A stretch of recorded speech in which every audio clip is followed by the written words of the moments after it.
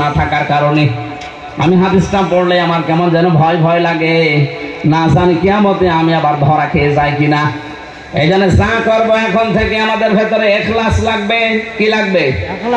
আল্লাহ আমাদেরকে যেন ইখলাস দিয়ে ভরপুর করে দেন। আরে ভাই কাজ আপনি অল্প করেন, আখলিস দীনাকা ইয়াকফিকাল আমালুল কলিল।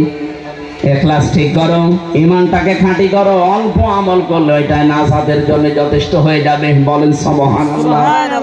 এজন্য ইবাদতের ভেতরে কাউকে যোগ করা যাবে না, এমনকি আল্লাহর সাথে অন্য কাউকে ডাকাও যাবে না। আজ যারা সুন্নির নাম নিয়ে আল্লাহর পাশাপাশি অন্য কাউকে ডাকে, ইয়ালি বাবা, শাদি বাবা, কেবলা বাবা, কেল্লা বাবা, ফতে বাবা, এরা যেন চট্টগ্রামে ঢুকতে না পারে, কারণ এদের শাস্তি হবে ডবল। সূরা ফুরকান 68 নম্বর আয়াত, ইযাফ লাহুল আযাব, এদের ডবল শাস্তি হবে। সুতরাং এই সুন্নি নাম নিয়ে, মাঝ ভান্ডারি নাম নিয়ে এরা বলে অনেকে যে আপনি আলেম হয় আলেমের বিরুদ্ধে। আরে আলেম কিসের? ওটা তো জালেম। যারা আল্লাহর বান্দাদের ধোঁকা দিয়ে বোকা বানিয়ে আবেগের বশবর্তী হয়ে জাহান্নামে নিয়ে যাচ্ছে, এদের আবেগ নিয়ে খেলা করে ওরা। চট্টগ্রামে যেহেতু ইসলাম প্রবেশ করেছে, আপনাদের আরো সাবধান সতর্ক হওয়া লাগবে, চোখ কান খোলা রাখবে। সুন্নি নাম নিয়ে হোক আর যে নাম নিয়েই হোক, ইসলামের বাইরে কোনো কাজ করে ও নিজেও জাহান্নামে যাচ্ছে, আপনাকেও নিয়ে যাচ্ছে। নেক্সট সুরতে শয়তান ধোঁকা দেয়। কি সুরতে? ওরা এই নেক্সট সুরতে ধোঁকা দিচ্ছে। এই যে চট্টগ্রামে কি হুজুর আছে না, জাহাঙ্গীর হুজুর, জাহাঙ্গীর দরবারে জাহাঙ্গীরিয়া, এরপরে নূরে বাংলা। আমার মনে হয় এর পেটে যদি আপনি বোম মারেন, পেটে বোম মারবেন, সূরা ইখলাসের সঠিক তাফসীর যদিও করতে পারে, অথচ বানিয়ে বানিয়ে কিছু নিয়ম নীতি দিয়ে ইসলাম বানিয়ে মানুষকে বিভ্রান্ত করে নিজেও জাহান্নামে যাচ্ছে, মানুষকেও নিয়ে যাচ্ছে। আর নাম দিয়েছে আমরা আশিকে রাসূল। আরে ভাই, খালি জিলাপি খেলে খেসড়ি খেলে আশিক হওয়া যায়? হযরত তালহার মতো বুকের ভেতরে 80টা তীর খান্ত। কত মানুষ জুলুমের বিরুদ্ধে জীবন পর্যন্ত দিয়ে গেল, কয় ওদেরকে কাউকে তো দেখলাম না। আমরা ইবাদতে কাউকে শরীক করতে চাই না, আর ইবাদতের ভেতরে কোনো ভেজাল রাখতে চাই না। নির্ভেজাল হবে, ইখলাস মুক্ত, ইখলাস যুক্ত। বলেন, অল্প আমল করেন, একবার দরকার হয় আল্লাহকে ডাকেন, কিন্তু একবারেই যেন সঠিক হয়। আমি 14 বার ডেকেও যদি 14 বার ডাকি অসুন্দর হয়, অশুদ্ধ হয় না। একটা ঘটনা পড়েছিলাম, একটা লোক 22 বছর আল্লাহর নাম ধরে ডাকতো, সমাদের জায়গায় সামাদ বলি, সোয়াদ দিলে সমাদ হয়, সিন দিলে সামাদ হয়। সমাদ মানে অভাবহীন, সামাদ মানে যার অভাব আছে। 22 বছরের দেবতার নাম দিয়েছে, সকাল বিকাল শুধু জপে, ইয়া সামাদ, ইয়া সামাদ। 22টা বছর পরে ওর মুখ গোল হয়ে একদিন বেরিয়ে গেছে, ইয়া সমাদ। আল্লাহ পাক যেন আরশ থেকে ডাক দিয়ে বলে, এ বান্দা আমাকে ডাকো কেন? ফেরেশতারা বলে, রব্বুল আলামিন নাফরমান তোমারে ডাকে না, ওর দেবতাকে ডাকে।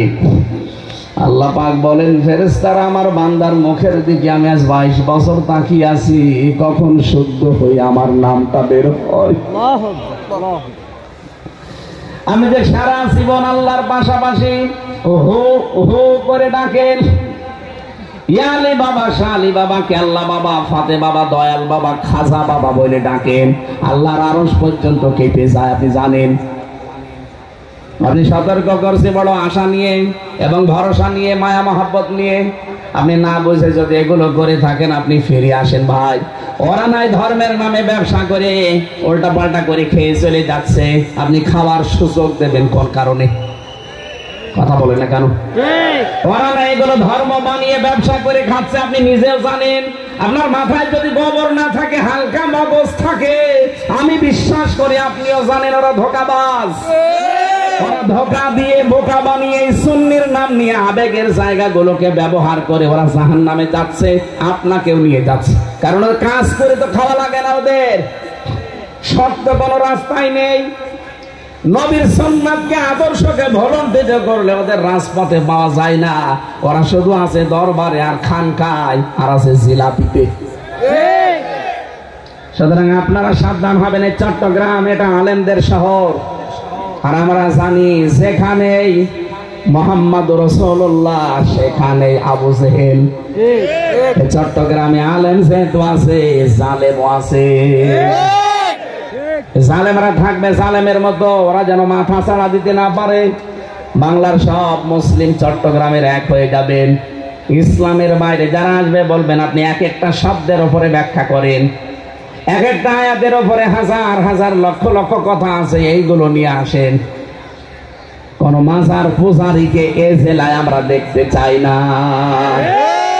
মাজার না, আল্লাহর ওলিদের। কিসের আল্লাহর ওলিদের? নবীদের চাইতে কি আল্লাহর ওলিদের দাম বেশি? যান তো নবীজির মাজারে, নবীজির কবরে যান। আমি নিজে যে শুধু হাত তুলেছিলাম এইভাবে, আমার হাতের উপরে পুলিশে দিয়েছে বাড়ি। হাসি কিষান এখানে ওর ভাষা দিয়ে আমার যে বলেছে কিষান, আমি তো আশ্চর্য হয়ে গেছি। কে চাই? আমি তো কিছু চাই না, আমি দোয়া করছিলাম নবীর সম্মান মর্যাদা যেন আরো বেড়ে যায়। বলে না, তোমার যদি কিছু চাওয়ার দরকার হয় কাবার দিকে মুখ করো, ওদিকে আল্লাহর কাছে চাও। নবীজি তোমাকে কিচ্ছু দিতে পারবে না, দিতে পারলে আল্লাহ দিতে পারবে। এর নাম আল্লাহু লা ইলাহা ইল্লাহু। আমি ইবাদত আল্লাহ ছাড়া কারো করি না, কারো কাছে কিছু চাইও না। ইয়াকা নাবুদু ওয়া ইয়াকা নাস্তাঈন। কোন কারণে নিজের সাথে নিজে মুনাফিকি করেন? কথা তো প্রতিদিন এই কথাটা 17 বার বলা লাগে, শুধু ফরজ নামাজে 17 বার না। আমরা আল্লাহর এই ক্ষমতাকে বিশ্বাস করব যে ইবাদত পাওয়ার ক্ষমতা আর কারো নাই। কেউ ইবাদত পেতে পারে না, একমাত্র ইবাদত পাওয়ার যোগ্য আমার আল্লাহ। কারণ তিনি আল হাই, তিনি আল কাইয়ুম, তিনি হাইয়ুন এবং কাইয়ুম। তিনি হাইয়ুন কাইয়ুম না, তিনি চিরস্থায়ী, চিরঞ্জীব, যার শুরু আছে শেষ নেই। ঠিক নাকি? যার শুরু নেই, যার শেষ নেই। এখন যদি প্রশ্ন আসে যে 1000 বছর আগে, 1 কোটি বছর আগে কে ছিল? আল্লাহ ছিল। 1 কোটি বছর পরে কে থাকবে? আল্লাহ থাকবে। এর নাম হাই, চিরঞ্জীব, তিনি চিরস্থায়ী। এরপরে তিনি একটা একটা করে ক্ষমতার বর্ণনা দিয়েছেন যে লা তাখুযুহু সিনাতুন ওয়ালা নাওম। আমার যত সৃষ্টি আছে ঘুম ছাড়া কেউ চলতে পারে না, কিন্তু আমি আল্লাহর ঘুমও নেই, ঘুমের তন্দ্রাও নেই। লাহু মা ফিস সামাওয়াতি ওয়া মা ফিল আরদ। আসমান আর জমিনে যা আছে সব আমি আল্লাহর কুদরতি হাতে। এদেরকে আমি যদি উল্টিয়ে দেই উল্টিয়ে যাবে, যদি ধরে রাখতে চাই ধরে রাখতে পারবো। কিয়ামতে 7 তবক আসমান জমিন আল্লাহ পুরাতন কাপড়ের মতো গুটিয়ে ফেলবেন নিজেদের হাতের ভেতরে। মানজাল্লাযী ইয়াশফাউ ইনদাহু ইল্লা বিইজনি। কি আছে আল্লাহর দরবারে সুপারিশ করবে তার অনুমতি ছাড়া? কত ভণ্ড পীর বের হয় যে কিয়ামতে কোনো চিন্তা নেই, বাবা আছে দাদা আছে। কিসের বাবা দাদা?